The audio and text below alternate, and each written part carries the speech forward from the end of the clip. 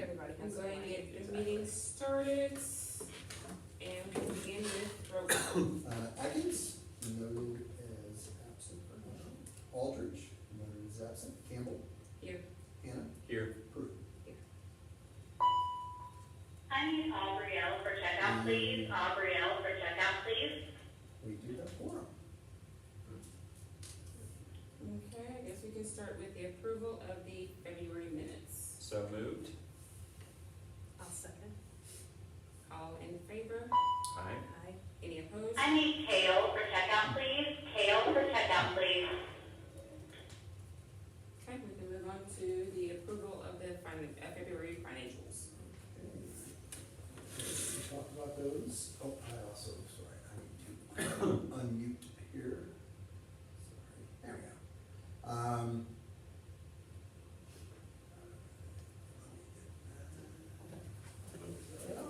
Hey, all right,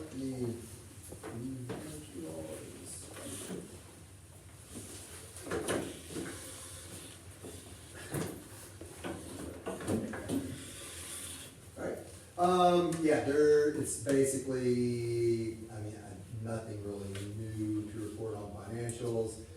Still trending pretty much the same, same sort of, stuff where the things that are really out of proportion, there's a reason they're out of proportion that's not necessarily alarming. We've got, a lot of expenses that we're down a lot on too, that you can kind of see better, I need Jeremy Napoleon for checkout, please. Jeremy Napoleon for checkout, please. But, we should be around 70-ish% now. And so that's, where you can see kind of where we're trending, some of them over and some of them under. And, that's sort of all I have as far as this financial piece. We can talk a little bit more whenever we get into talking about the update on the loan and what that, I guess, the bigger overarching piece. And then also that would probably lead us into some conversations around where we're at with, next year and moving into next year. But these are the financials that's presented, for this month. Motion to approve? So moved. I'll second. All in favor? Aye. Any opposed? Okay, next item is moving on to the approval of the calendar for 26-27 school year. I found a different format that I like better. We looked at this last month, so. I need Spencer and Trayvon for checkout. I need Spencer and Trayvon for checkout. So other than I changed it up a little bit, it's the same thing that we looked at, or I changed the formatting up and went to this format instead, where all the stuff's in the middle. But it basically runs in line with Portsmouth Public's calendar, other than, they go six less days than we do. And so we took because they go by an hourly calendar instead. And so we took those 6 days and made them into 3 C days, and then got rid of some of the holidays that they have as well. And other than that, it's pretty much runs, as far as our start time's the same as theirs, our end time's the same as theirs. Our big holidays, as far as the way Thanksgiving runs, is the way Christmas runs. Spring break, all that's the same as theirs. And so that basically puts us at 178 days. Hey Boyd, could you talk a little bit about the 3 C days? Yeah. So just kind of what, college, career, community? Yeah, college career community, and so like this 3 C day, we'll be testing our 11th graders for ACT, and so they'll be here, so that's kind of a college piece of the getting them in college, which is also required by state. You do that. 9th and 10th grade will be working on community service. 12th grade will be at their internships, getting internship hours. We'll have some community service opportunities here. The 9th and 10th grade, they're expected to be here to do community service, while 11th grade are testing. We have quite a few that are just right close to campus, and Clayton House, the Garden. There's another one that's close to campus as well, and there's one that we're going to actually drive to, so it's longer there to drive. But if they're on campus 9th and 10th grade, they'll be doing one of those. They can also choose to stay home, and they can do community service at home, or at some point over the weekend they can log community service hours and turn those in. The reason we do that is because Portsmouth Public is out on that day, and so we've historically found is our attendance is really bad, and it's bad for a variety of reasons. It's kids have to take care of younger siblings that are not in school that day. Kids just think that we're part of Fort Smith Public, or their parents do, and so they don't make them go, you know, whatever. And so historically, that's been an issue. And so our sort of innovation around that of taking a, you know, a challenge and turning it into an opportunity was let's make these sort of like feature-rich days instead, where we aren't trying to necessarily move curriculum forward which is frustrating for teachers. You're trying to do a lesson, move things forward, take a grade, and 50% of your kids aren't there. And so we decided to try to make it something that kids want to attend instead. And so we either do something that's focused on college, and we'll do, a lot of times we've done college visits on these days for certain groups of kids as well. Something in community service, or career. And so we've also had career fairs here where people come in and talk about what their career is, and kids can sign up for different things, but just something around those things. And so that's what we do with our 3C days. We have been talking some about making them a little more academic, just because we know that that's so pressing.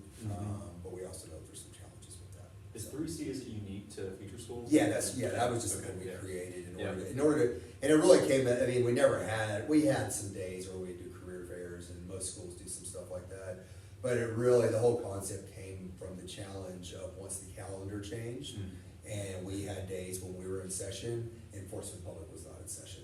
And then we would always had like maybe one of those or two of those. We used to go 180 and they went 178.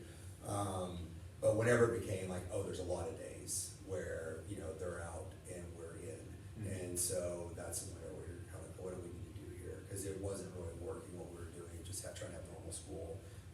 Kids weren't showing up, whatever. So we said, let's turn them into something that, and really what we thought is, you know, the kids that really want to be here, they're going to be here, they're going to embrace the opportunity and what we're doing, so we can do cool things. And the kids who, you know, are either convinced their parents they don't have to be here on that day or whatever, then we can kind of have an alternate assignment off campus for them to take care of. Yeah.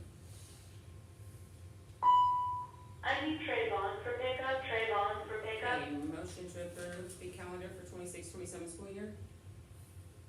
I'll make a motion. I'll second.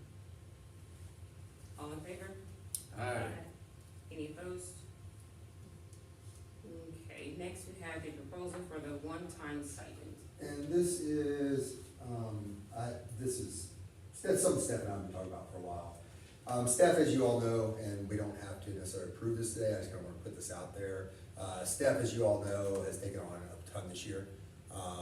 We have $12,000 traditionally that we've allocated to our accounting services. We ended up paying them $4,000 this year.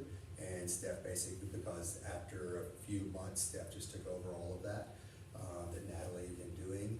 And so I really, and once again, we get this in on the informational section, I really, if we can get budget where it needs to be for next year, and get our staffing settled, I want to look at a COLA raise for everybody. But for right now, I feel like Steph, and once again, we don't have to necessarily pass this today, but I'm floating the idea of giving her a one-time stipend before we get into that raise. And so just to kind of look at acknowledging how much she's done this year, that she's taken on all these extra responsibilities. I mean, she works all the time, on the weekends and various things that have to do with that. And so, and looking at the fact that we have traditionally paid, you know, she's given us $8,000 in savings from what we've had in previous years. It'll be $12,000 in savings next year if we don't use any kind of accounting services. But I don't really know, you know, I don't really have my head squared around exactly what number to put there. I mean, like I said, it's $8,000 that we've saved versus previous years. That's the spent compensation that somebody's gotten before. That person though, you know, was a CPA, so there's also that. Steph is not a CPA. She is CASBO certified and doing all that, but she's not a CPA. So anyway, I just thought I'd float it to the board, get some feedback from you all, and then I might come back next time with a figure. And I would put that out there. When would you want to do the actual stipend? So it'd be this year. It would be to do it this year. So if we approve it the next board, it could go into the next paycheck after that. Yeah. How much does she currently make? It is about 48,000.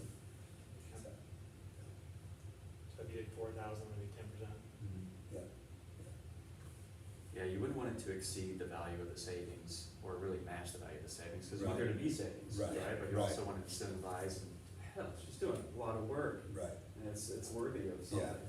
And I think it's gonna be something that next year, you know, when you look at her actual salary, because Mhm. if she's doing all that and taking all this, you know, of somebody that we've completely, you know, a line item in the budget that she's taking to her, so that she's taking on, then we need to look at that. But I think also we need to next year look at a lot of, you know, and like I said, I don't know, we're gonna have a lot of work to do, which we get to a little bit with the budget. But I mean, ideally, for those who keep at the end of the, you know, going into next year, I'd really like to look, we haven't had a COLA raise in, you know, 5 years. So, which is crazy. You know, you can't squeeze blood from a turnip, but still, it's like, you know, we need to honor the fact that people have stuck with us, and next year it's also gonna be tight, it's gonna be lean, we're gonna be assuming a lot of roles, a lot of people will be, and we're gonna make that work, so, anyway. I don't know, I'd be in favor as much as a $2,000 to $4,000 stipend. I don't know if you guys have thoughts or feedback on it. I would agree with that. I mean, it's more than just the savings that she's done, it's the Yeah. visibility she's given us. Mm-hmm. Yeah. Mm-hmm. You guys wanna vote on that this time or table it for next time? I think Boyd needs to come up with an actual An amount. actual Yeah, that we can vote on for the next Okay. meeting. But yeah, hopefully, is that good direction? Yeah, that's perfect, yeah, Okay. that's perfect, I Okay. I'll put together, and it needs, I need to put it, I mean, there's all wording around that, but I can put something together to get there. Yeah, so that, I just wanted to put that there. Bobby, anything? Shifting gears a little bit, but some on the same note, what did we end up doing about the teacher last year that received an award that was supposed to get $1,000? 3,000 we gave her. Yeah, we gave it. And we gave her, yeah, yes, that would be, Yes. Good question, though. Yes. I think we did that, what? in- December, I Or think. January. Yeah, it was either January, December, or Yeah. January, maybe we Yeah. talked about it in December, and then January we ended up Yeah. actually doing it. Mhm, Yeah. yeah. Yeah. All right. Okay, we can go ahead and table that one for next time, so we'll move I on will to. put- make note of that.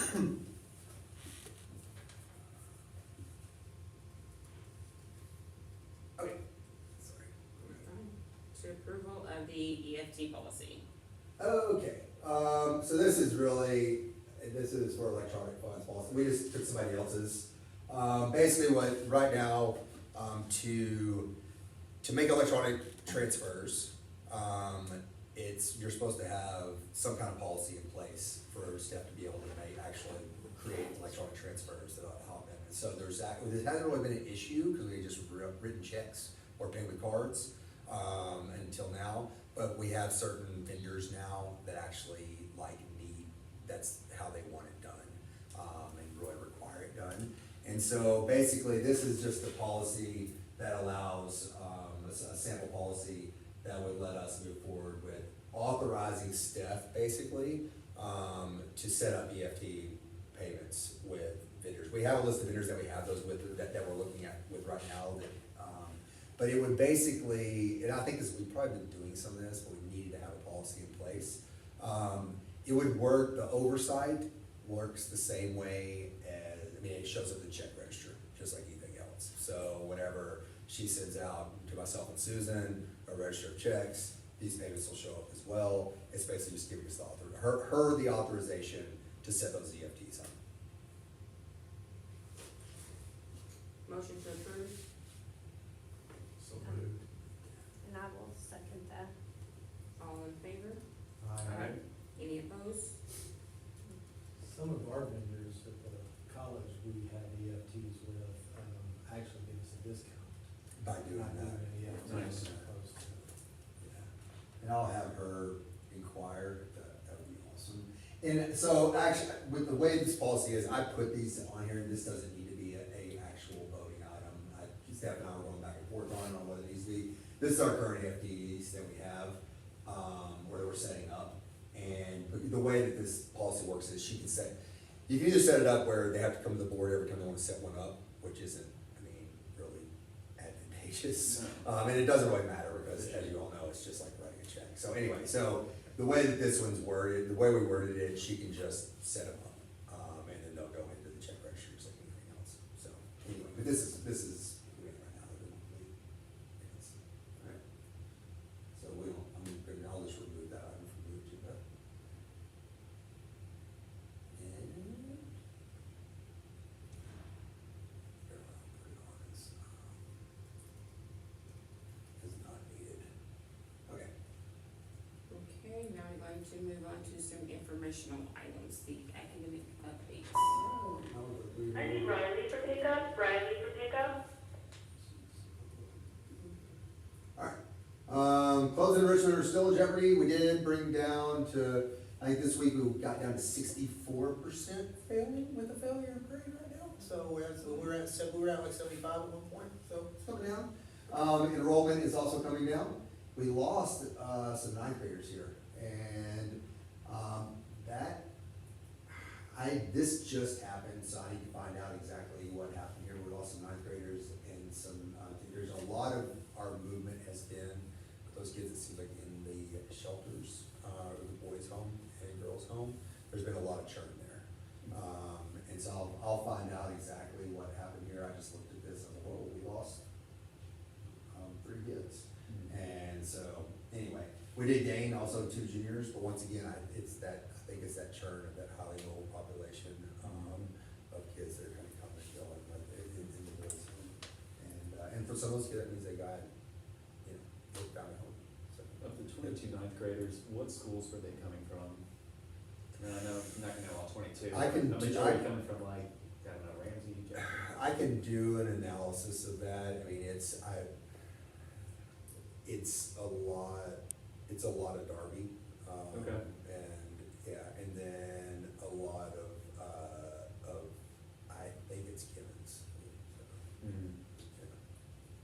But I can find that out. Well, I'm just trying to figure out just if there's value in understanding or needing that detail. It's, okay, if they're all coming from this concentrated area, why? Is it just Right. proximity? This is all geographic based, and is that the way we want to potentially attract more? Or do we maybe start hitting a little bit more marketing in those schools? So, all right, we got some runway with these 15 to 20.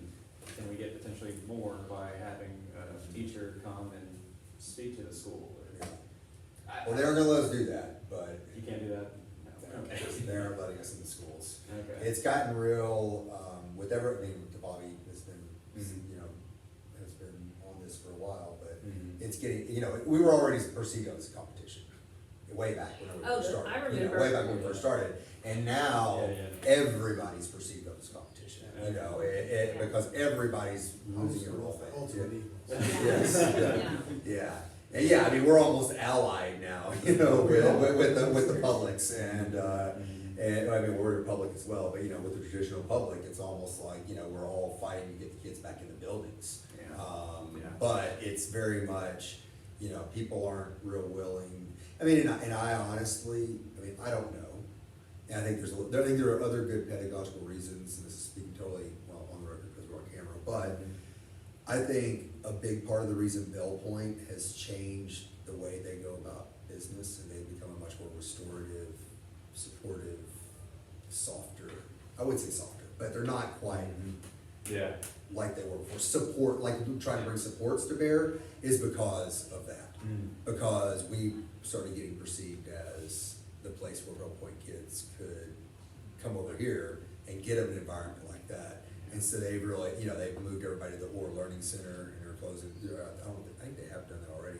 But if you look at and everything I hear about the staff at Orr is like, oh, they're awesome, they're great, they're super supportive, you read about that. And that's specifically talking about elementary kids that might have issues in the classrooms, but parents just talking about like, oh, it's been amazing since my kid went there, and that's not what I ever heard anybody say about Bell Point in the past.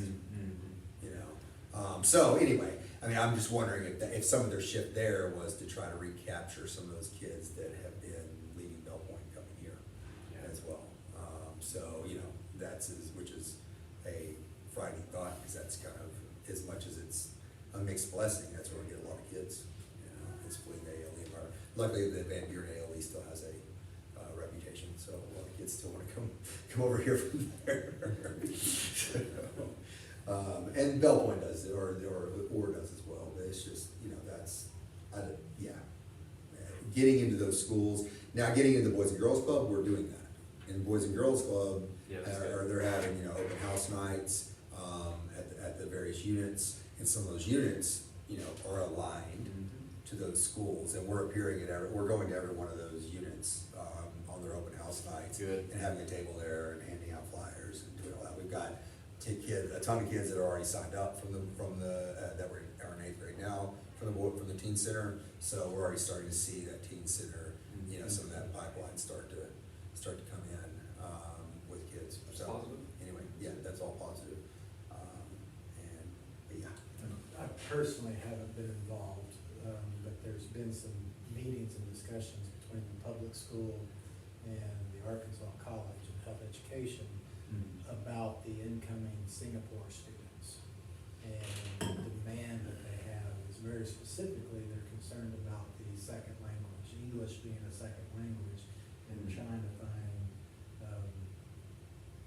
Interpret, or. yeah, Yeah. people that can speak whatever Singaporese, I'm Right. sorry, I'm Yeah. showing my ignorance, but, anyway, one of the shifts in that I learned is that in that culture, that environment, they actually take a test, I believe in either eighth or ninth grade, maybe it's even younger than that, maybe it's like sixth grade. And depending upon what they do or how they score in that test determines whether that child is in a college advancement Right. program, Yeah. or whether they're in a workshop Yeah. program. Yeah. And the way their education goes on board. And the Fort Smith Public Schools have been working hand in hand with the Air Base to try to figure out how to best handle that. So do they do that, do they house that in a special school somewhere, do they do it on base, which is what they're used to doing everywhere else other than Fort Smith. They have base schools, base medical, base housing, base everything. Fort Smith is totally different, they've never had a program like this. So I don't know how that Yeah. we Yeah. can play into that, especially given that that age child then is already set to go in the workforce or set to go towards college bound based upon their culture and environment. But it's something to maybe Yeah. consider, look into, how can we maybe recruit those high school age students? Do we have a sense of how many students that would? I honestly, Yeah. I've heard some numbers, but I Yeah. hesitate to say. And because I wasn't involved in and the when's that gonna conversation. start actually? When's that influx gonna? Again, they say, that we need to know, and then all of a sudden, when is that need to Right. know? Well, you know.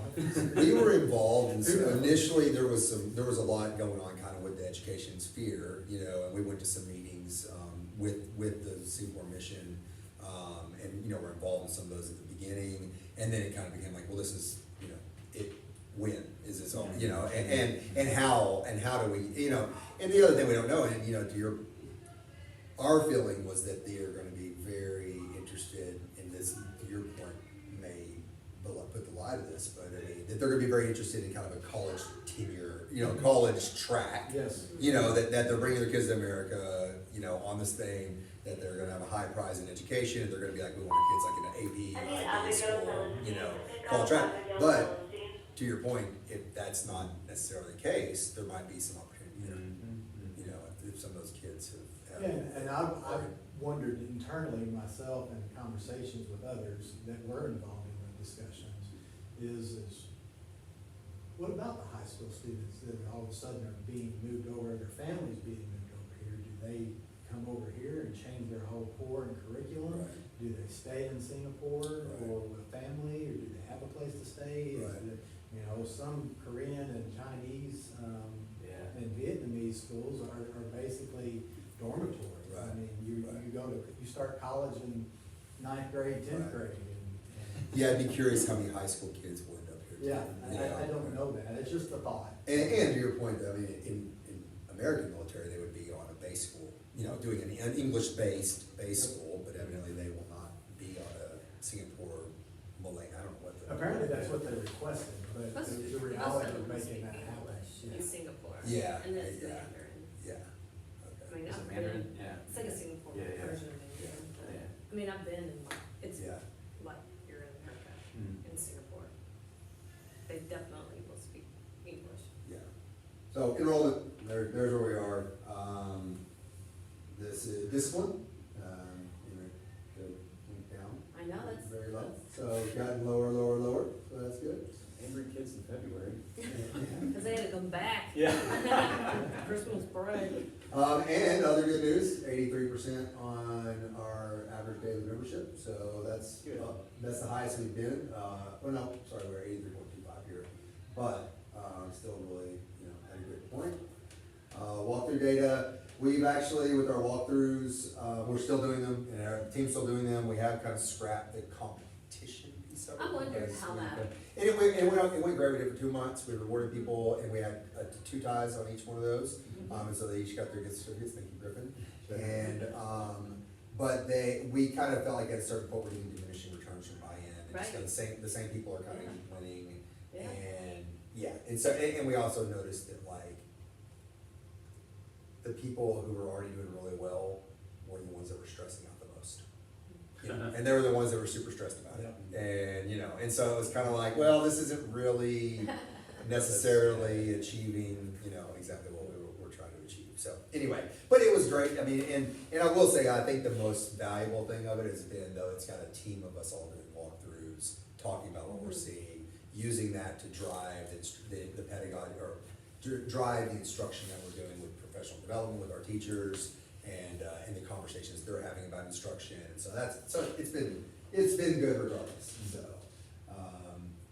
and then grades, this is not right. So that was, Courtney was asking about this yesterday. This was not pulling right. That's not correct. I wish we only had 0 missing assignments, but that's because we swapped quarters, I believe is what happened, or swapped to a new progress period, yes. And so I think that didn't pull correctly. Students with Ds and Fs, you can see that's, where's that? Okay, here we go. So, no, sorry, it's not lower. That's 313. So that's actually way up. That's the number of overall students. This isn't right, because Kristen said it was down. So there's something going on there, because our total number of students, because she put Ds on there too. Because the number of students that are failing classes was actually down quite a bit. This is our Edgenuity data, and we actually, I think, this happened 2 weeks ago. We had a hard deadline for juniors, that they could not advance to being a senior unless they had cleared out their Edgenuity to a certain point. And it was very painful. And our poor advisors, once again, going back to the ones that stress out the most, are the ones that, it's like, you've been trying to get this kid to do this for years. You've met with their parents, you've done all this stuff, and they're like, I know, but I can't, they're not gonna be a senior. They're so upset. But anyway, at the end of the day, that weekend, going on that weekend, I think we had still 8 kids. It was all due on Sunday night. We had 8 kids still that were not going to advance, and we ended up with 1 that is not gonna advance, and that student is most likely headed to Job Corps. So it was a success. Yeah. And that went from, and the total number when we started that to get to where they needed to be was more like 30 kids, when we started this process. And so it was, we accomplished it. It was a lot of gnashing of teeth. We have the same deadline happening this Friday with seniors and walking. And so that's going to be, once again, yes. How many of those do you have? It's not as bad. So I don't know exactly what the number is there. And that's gonna be a senior walking. There will still be an opportunity for them to graduate. It's just a matter of whether they walk or not. They can still, just because we're not, They can recoup it in the summer. They'll have an opportunity, but yes, they can do it through the summer. They can do it they'll still have an opportunity to keep working on the work, and they can there's a possibility they can still get to where they can walk, but right now, that's the deadline. So, what we're doing, the kids that we had, our main thing is, we're still gonna create plans if a kid, where they have to do some extra stuff and show that they're willing to come in or stay late and do things like that in order to get there. But to me, to just say like, we're in March, and if you really got it together for the next 2 months, you still can't walk, that's, but they're gonna have to show something on their end. Right now, it's just. I kind need of, Geo for you know, pickup, Geo for This is pickup. and if, you know, and some of them are just like not responding, and some of them, and there was the same thing with the juniors. Our plan with the juniors was to create individualized plans for anybody who didn't get to that point. And it's because, I mean, I'm not gonna say, sorry, for the next 2 months, you can't do any more work, you know, if you could get caught up and become a senior, you know, I mean, that's just silly to have that. But they're just gonna have to show something, and for seniors, that would be staying after school and working, because most of them leave at noon. So staying in the afternoon and doing work here on school, because they're showing that they can't do it, and they're supposed to be at home. So that's, yeah, so this is the students, yeah, so for seniors, 15% of seniors that, still have a course that's incomplete. That's roughly 9 kids. Yeah. But we'll get there. Seniors is always by any means necessary. We gotta get That's graduated. senioritis. All of us are guilty, I'm Hey, I just sure. got a notification that my son has a 35% in ceramics, and he's a senior, so. But I'm not worried, he'll be fine. The teacher actually, he works all the time, he just is slow. And he's a perfectionist. So, for internship there, 50% of our kids are on track with the hours they need of 95. Up to this point, they need to have 95 to reach the 120. And so 50% of our kids are on track to get there. And they also will get there, most of them on that as well. So well, this has been crazy. We had 39 visits, as you can see, this last week, the 9th, there were almost 50 visits to the nurse. And that was where you saw those numbers were so low for attendance as well. But it's starting to drop hopefully. Community service there. And do the nurse visits, does that cost money to the school? How's that? No, it's Allison. So Okay. that's just the number of kids that are coming to her office. And Okay. she's this year really got on top of like tracking our school health. Yeah. Cause she ended up, I mean, she's always been a nurse, but Mhm. Kinley was kind of doing a lot of the e-school side of it. We had a school health index piece that we had to turn in this last year, and that kind of got her Okay. geared up, and she started doing it. She just started being like, I need to be more, you know, she has all this internship going on, and that's become her focus, and then she's like, I need to be doing more as a nurse as well. So she's really started tracking a lot more of this stuff that needs to be turned in on our school health index. Yeah, thanks. And keeping up with, you know, every time a kid comes in and goes into e-school, whatever the kid was administered, it goes into e-school, all that stuff's not Mhm. tracked in a way that it would, you know, necessarily wasn't before. This is our big concern. is- I have an invite, she started a wellness committee. Yes, you're part of it. So I'm on this. Well, you know, Bobby, you know, I know you're in the wellness world, so maybe you ought to be on it. I do work at a health college. Yeah, I understand. Doesn't mean Yes, not- yeah, My yeah. extent, Yeah, not my really. extent of knowledge is I stayed the night at a Holiday Inn Express, right? Saying you're in the wellness world might be a slight exaggeration. Okay, that's all for academic updates. We are doing ACT testing this Friday, and that'll be for the juniors. And then we have a countdown going, 13 school, well, tomorrow it will be, tomorrow will be 13 school days left until we start Aspire testing. And so we're doing that countdown, and which is a new thing for us to be that focused on it. So when they get back from spring break, they'll start.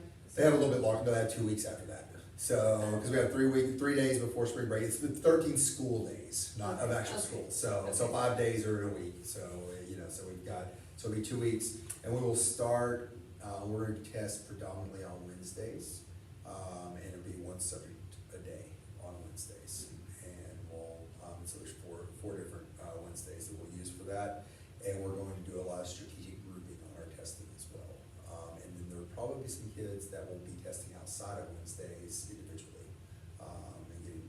Because them testing in a group environment is not effective for the group or for them. So distractions do not need to be minimized, and they need to, and their ability to distract others needs to be minimized. So anyway, that testing season is around the corner, and we feel good. I need Heaven and Jordan for pickup, Heaven and Jordan.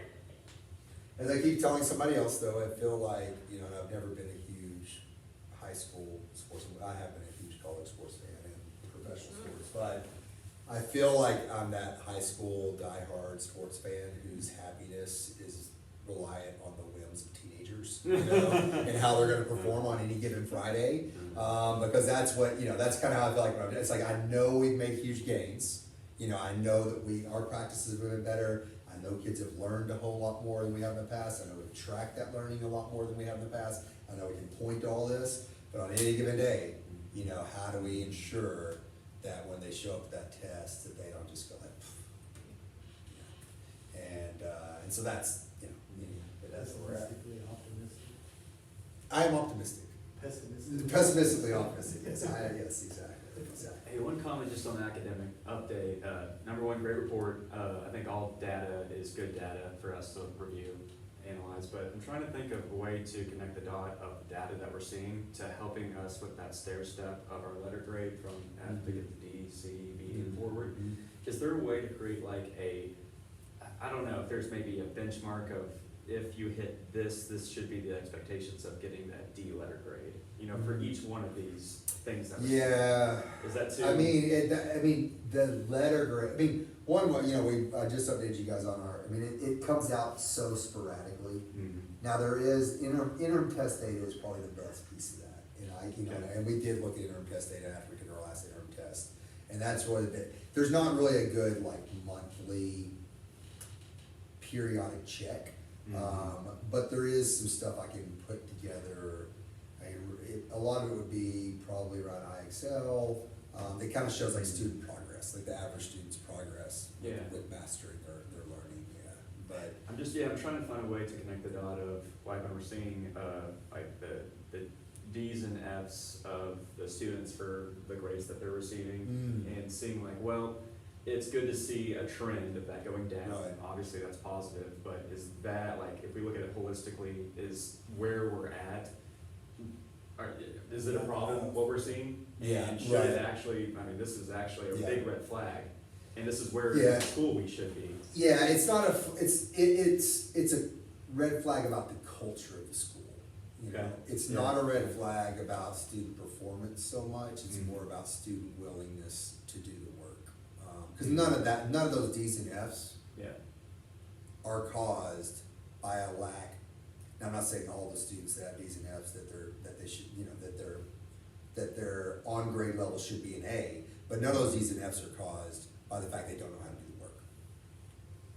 The Ds and Fs are caused by they're not doing the work. Mhm. They're not turning it in. Yeah. You know, and so that's, you know, whenever you talk about will versus skill, and it's a will issue, not a skill issue, for most of this. Now, that being said, I'm not saying every one of those kids, like, if you put an algebra test in front of them, that they'd make 100 on that algebra test. There may be a skill issue there as well, but that's not why they have an F. Okay.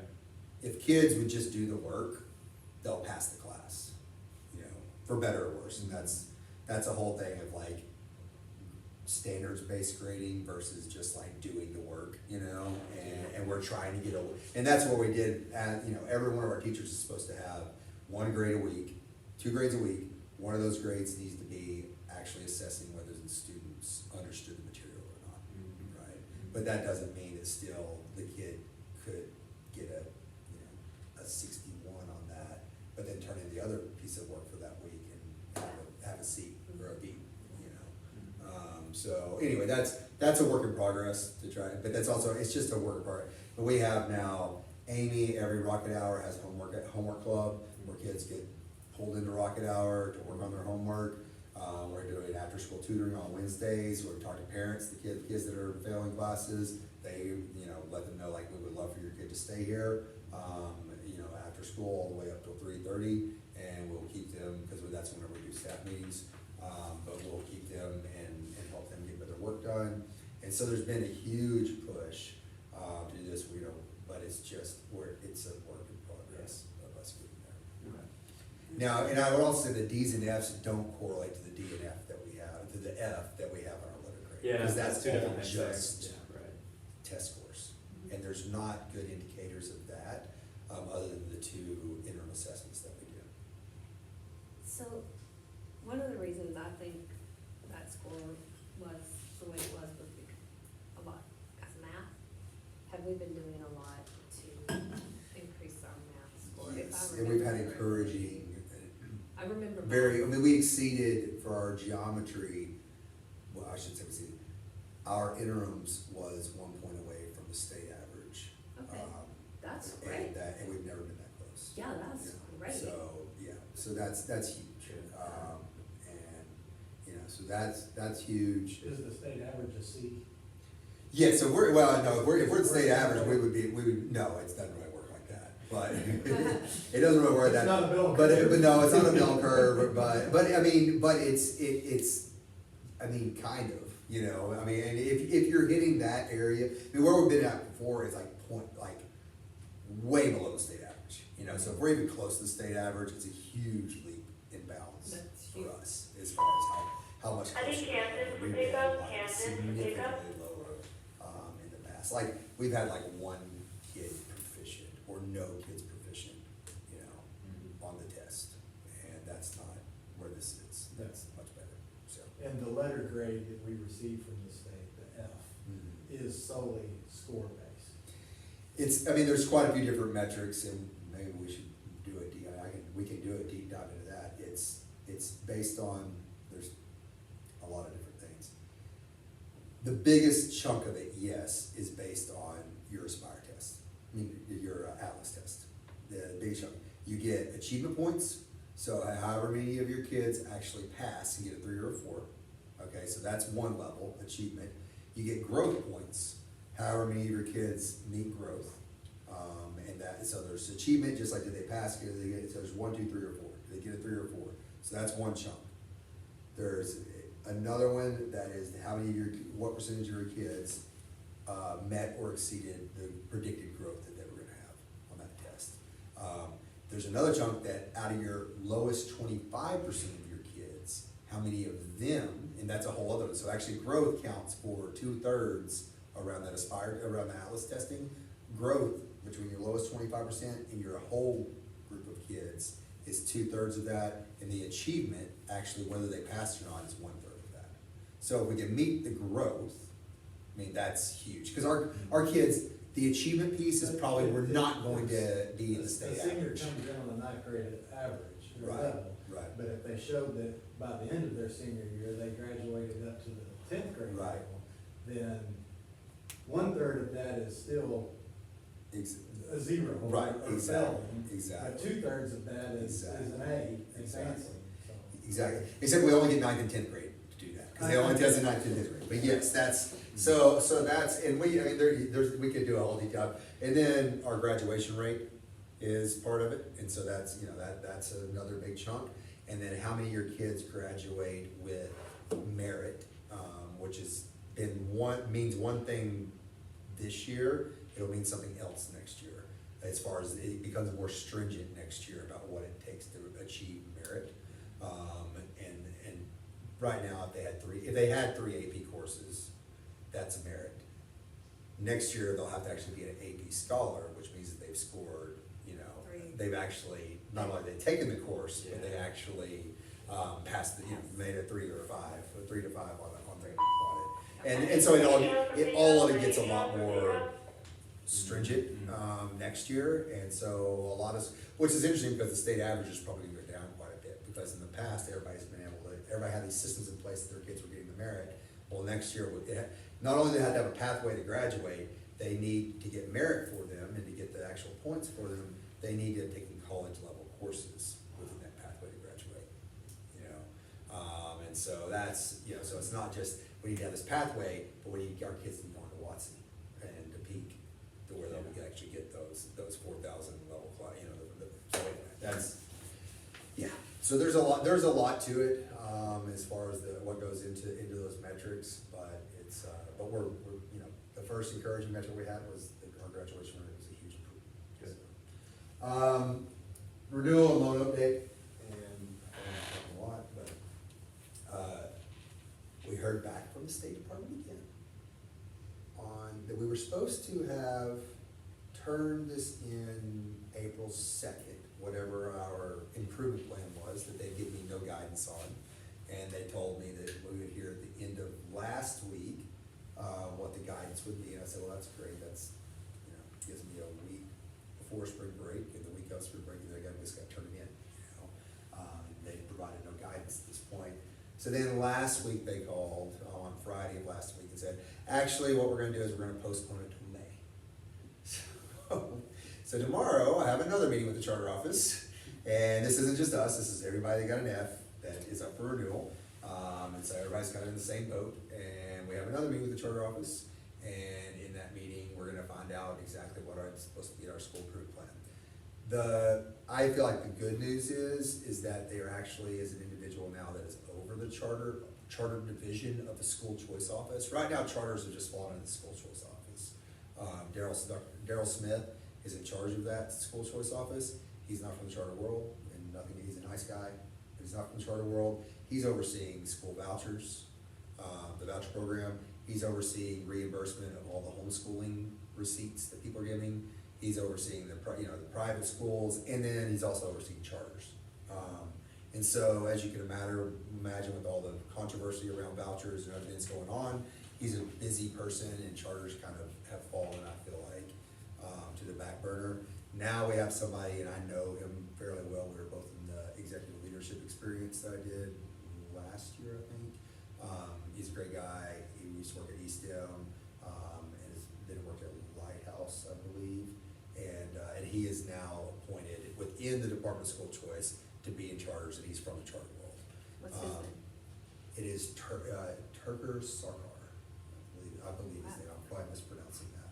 Yeah, but he's very sharp, and he's mathematician guy, but he's a good guy. So anyway, so I will be meeting with him and Dr. Smith and the rest of the charter office tomorrow on a Zoom, and we'll hash out of what the next steps are around that. But anyway. But at least he's coming from the charter. Yes, with exactly, Lighthouse. exactly. And so that's where we're at with renewal. Once again, I don't think there's gonna be problems with the renewal. I mean, we're gonna get renewed. I'm not really worried about that. Is the Yeah. irony not there that in May they'll require a report that tells us what we're gonna do to improve by the end of May? Right. I mean, the theory is that these are things that are going, that we're carrying into next year, but yes. Yeah. Yes. And the irony of, one of the things we got dinged on, I don't know if you all remember or not, but was timely, fulfilling of obligations around reporting and around meeting deadlines with the reporting to the state. And we were supposed to have have this process finished in October. So I asked if I could write an accountability report for the charter office of the state. And I was told I might not be quite the time to do that while we have an F. So anyway, I will refrain, but shall we, if we rise up to a different point in time, then I may write my own accountability report. And then the loan, we did reach out to Sam Seagard at First National Bank, and we're in that process right now. They have all of our audits. There's some questions about previous audits that aren't a big deal. We just have to clarify some things. And we're moving forward, and that's, we'll see. I mean, as I told Griffin, I was just talking about this a little earlier. I think the big red flag for them is going to be the declining enrollment and sustain, and if you look at something like you declined 30% enrollment from last year to this year, what if you decline 30% again, 30% again, 30% again? And they don't. I don't think that's what going to happen. But I mean, they don't know that, and so that's really the issue. Good news is our building's appraised. Last time I had it appraised, which is when we started the process with Hope, for double of what the loan is. Oh, really? I think almost triple what the loan is. Wow. We've got 1.2 million in reserve, which is almost a third of what the loan is. So I mean, there's the numbers for them might make sense, but that being said, that there's Boyd, still. you might not know it off the top of your head, how much equity do we have in this building? It's I can send it to you more. Yeah, put you on the spot, I'm just curious. It's Collateral for the- everything. Yeah, I mean, the equity is not good. Because, I mean, the equity of the fact that the building is appraised for that, right? It's good that it appraised, or it's worth more today than it was when it Oh, yeah. took a loan, right? Yes, So, yes. you should get. Yeah, so the loan, the increase. amount we still owe on the loan, I think is 4.1 I just did these, just as my brain is not a number, so I'm Okay. gonna ask the numbers, pull out numbers, I'll pull out the wrong numbers. But it appraised for 9,000, wherever they did appraisal, but as far as. 9 million, sorry, 9 million. But, it's 9,000. The 9 cardboard million. box. But whenever we did, like we have That's very good. little Yeah. that's been paid toward the principal Okay. as of now. Yeah. You know, because it's been, I mean, on the first end of really what was a construction loan, you know, so there is a amortization table for the loan that we have right now, but as you can imagine, like, the amount we're actually paying the principal right now is pretty minuscule. Yeah. But just because it was supposed to be a short-term loan, you know, so they're not trying to really get you to, they're interested in the long-term, yeah, The interest, exactly, yeah. and the interest. So anyway, but that's, you know, I mean, the big thing with me and I'll be very curious what our rate comes back, if, assuming that First National moves forward with it, like what the rate's gonna be, and then going back and comparing that with what we're looking at with Hope. I mean, I don't really know exactly what Hope is gonna offer us, but I'll be curious to talk to them about that, and see, cause that to me then puts a number on what the charter office has done in drawing this whole issue out. And then, do we have anybody else we're looking at? besides- RVS is gonna be our other contact, but Just right like now. both kind of what I consider Yeah. local, Yeah. Arkansas local, I guess. Yeah, Arvis would be the others that were, Mhm. yeah, but we have not contacted somebody here yet, so. Do you know? I need Joshua Tate for New pickup, president? Joshua Tate. Oh, that's nice. Okay, Jacqueline. I can introduce y'all, I can look that. Yeah, I mean, if Do you you know- just want to send, No, I don't know the president. I know some local people I could get Or the you in contact senior. with. His name is Jack Moore. I've met him a few times. He's a nice guy. I've worked with him on Yep, this. you agree? Yep. That's all I got. Oh, I guess I should say, timeline on budget, this is a budget issue, kind of goes back to, renewal and loan. We let them know, next month, we will be bringing to you all, our recommendations for staffing contracts for next year. Okay. And so that'll be next month, and I will have let the staff who were not renewing know prior to the board meeting that they're not being renewed. And that is looking at 7 to 8 staff members, that won't be renewed. And, we have concerns, we would love to hold off till they get testing to do that. I was about to say, you need to make that happen. We're holding off to the testing. Yeah. We can't. We can't? We can't and do right by them. I mean, are we gonna wait till May to tell them? When do y'all finish your? Not till May. Hmm. Yeah. And it's all scheduled. Yeah. So that's and it's a worry around enrollment as well, around losing For sure. people to in a school where kids form really strong bonds with their advisors. Where it's definitely, we could see an exodus of kids whenever they find out people aren't renewed. We did I sent an email out to staff on last Friday about this, let them know how the decision was being made. We're using the performance matrix of culture versus performance, or that grid, and going up into the high performers are up in the, performing on both the X and Y axis. That's part of it. Let's see what they actually teach and what they have expertise to teach in is part of it, and what the master schedule demands. And then also seniority would be the final piece to it. Tomorrow we have parent-teacher conferences, and we have told those who might be concerned and think that they should be looking for another job. There's a job fair at UFAS tomorrow for educator job fair, and so starting I think at 3:30, you can go until 5:30, and so we've told them we've given them release time from parent-teacher conferences if they want to go to the job fair and just start shopping around. Let them know I'll be posting to the co-ops websites. Letting them know if anybody that, there's these educators out there in these different positions, and floating the resumes out there and pushing that out. So I've told them I'm gonna do everything I can to help them land somewhere, but doesn't mean that feelings won't be hurt. So regardless of how, much. I did a reference for somebody today, so that they had applied at Van Buren, and, for a position there, and I was happy to do the reference for them. So did you have anyone get on their own, or one person, Sissy, but she was Yeah, leaving, she was retiring. Yeah. Yeah, she had made that decision a couple of years ago. So, Looking in your crystal ball, is there anybody that's gonna be shocked, surprised, that they're being?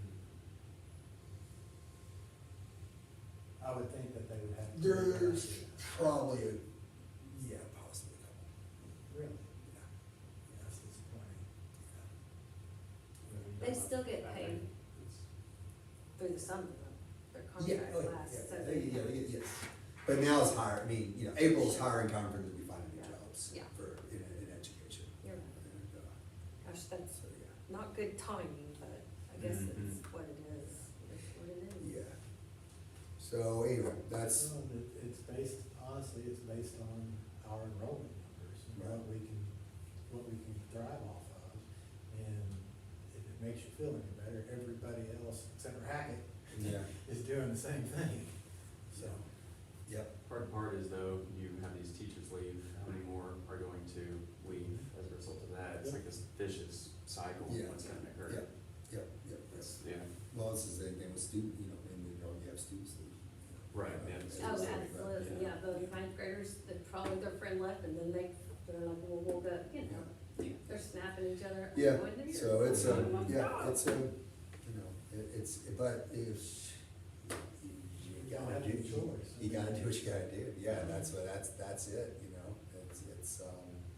it's the only path to viability. Yeah. Yeah, So, and we've known that though, honestly, for a couple of years, like last year, we had this conversation. yeah, and we lost some through attrition last year, and we're able to kind of stop the bleeding at that point, probably should have done more, even last year, but you hope that enrollment's gonna come up. But, as I told Griffin, I hope it's not a strategy. So, yeah, that's all I got.